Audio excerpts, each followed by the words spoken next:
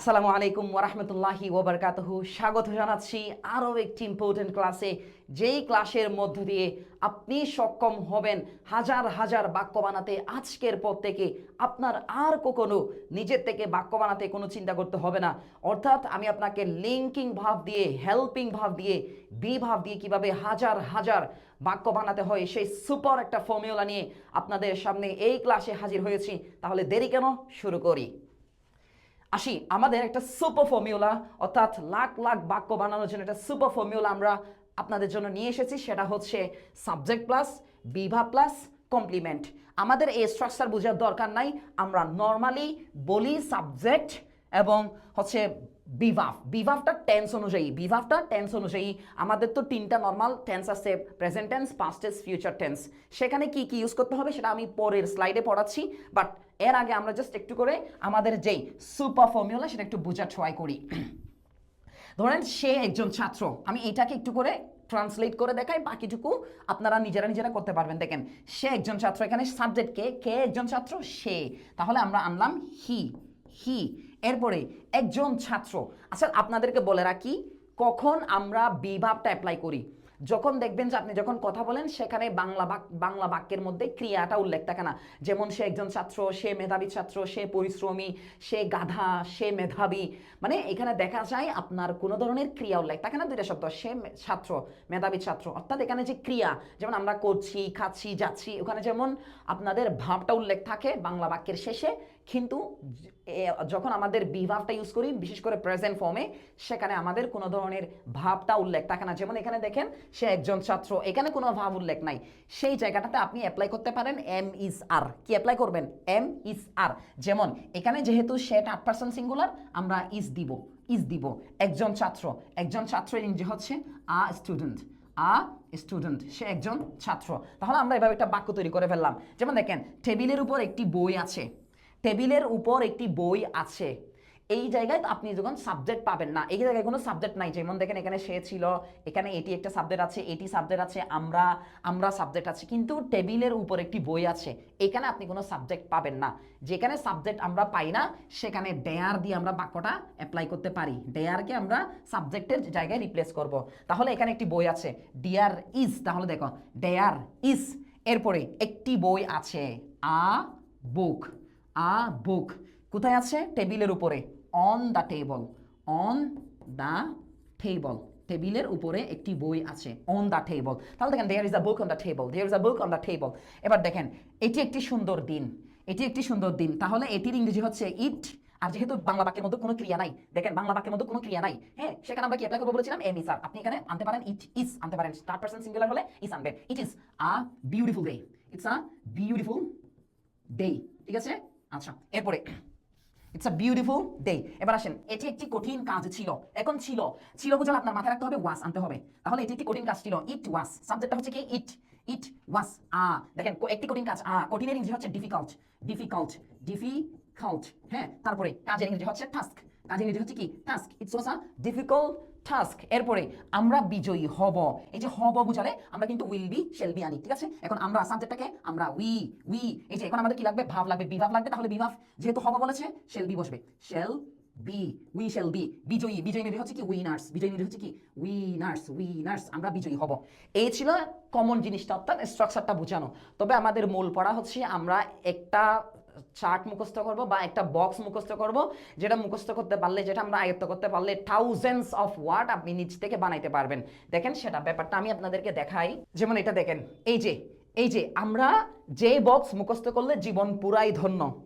অর্থাৎ আপনি বাক্য বানাইতে পারেন না, আপনি হাজার হাজার বাক্য বানাইতে পারবেন মাত্র এই জিনিসটা যদি আপনি মুখস্থ রাখতে পারেন। টেন্সের ব্যবহার, তারপর হচ্ছে ইয়াটা আমি আপনাদেরকে একটু করে দেখাই। যেমন আমি বলি আই, এখানে সাবজেক্ট হিসেবে আই নিলে প্রেজেন্ট টেন্সে আপনি যদি বর্তমান বোঝাতে চান তখন এম আনবেন, আই এর জন্য এম আনবেন। যেমন আই এম হ্যাপি, আমি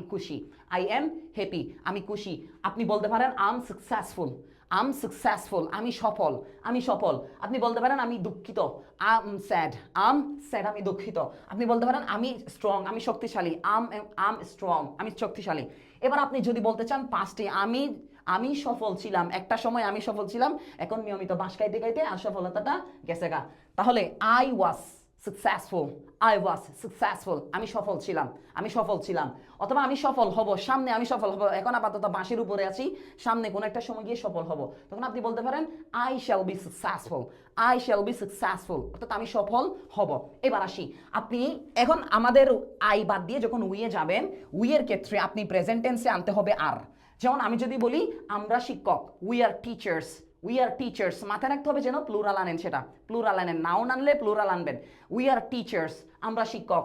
আপনি বলতে চাচ্ছেন আমরা, এটা দেখিয়েন ইঞ্জিনিয়ার উচ্চারণ করে আমরা, এটা মারিকানরা ইঞ্জিনিয়ার উচ্চারণ করেন, এটা বলে ইঞ্জিনিয়ার, ইঞ্জিনিয়ার, ইঞ্জিনিয়ার। আপনি কি বলবেন? আমরা ইঞ্জিনিয়ার ছিলাম, আমরা প্রকৌশলী ছিলাম, আগে ছিলাম এখন নাই। ধরেন we are engineer, we are engineers, we are engineers. অর্থাৎ এইখান থেকে যে কোনো একটা ভার্ব নিয়ে যদি আপনি এখানে অ্যাপ্লাই করেন, এখান থেকে একটা সাবজেক্ট নিয়ে, এখান থেকে একটা ভার্ব নিয়ে যদি অ্যাপ্লাই করেন, আপনার দেখবেন সুন্দর করে একটা কিউটের ডিব্বা মার্কা কতগুলো বাক্য হয়ে যাচ্ছে। বুঝতে পারছি? তাহলে দেখেন, আবার আমি যদি বলি ইউ যুক্ত যখন হবে, ইউ আর, যে তুমি আত্মবিশ্বাসী, আপনি এটা বলতে চাচ্ছেন তুমি আত্মবিশ্বাসী, তখন কি বলবেন? ইউ আর।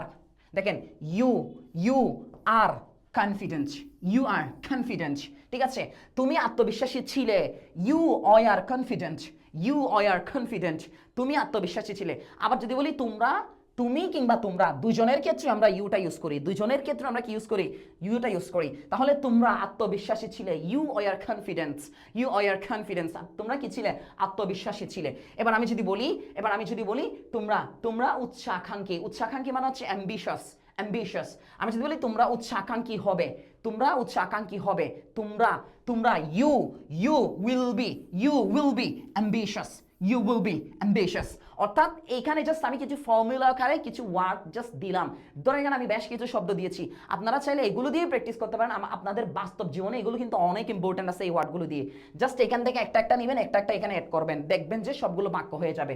যেমন আমি যদি বলি, আবার একটু করে খেয়াল করেন, হি, শি, ইট, দেয়ার, এই শব্দগুলো যদি থার্ড পারসন বোঝায়, যেমন থার্ড পারসন সিঙ্গুলার, দেখিয়েন আই, উই, ইউ, আই এবং উইকে বলা হয় ফার্স্ট পারসন, ইউকে বলা হয় second person, he, she, it, এগুলোকে বলা হয় থার্ড পারসন।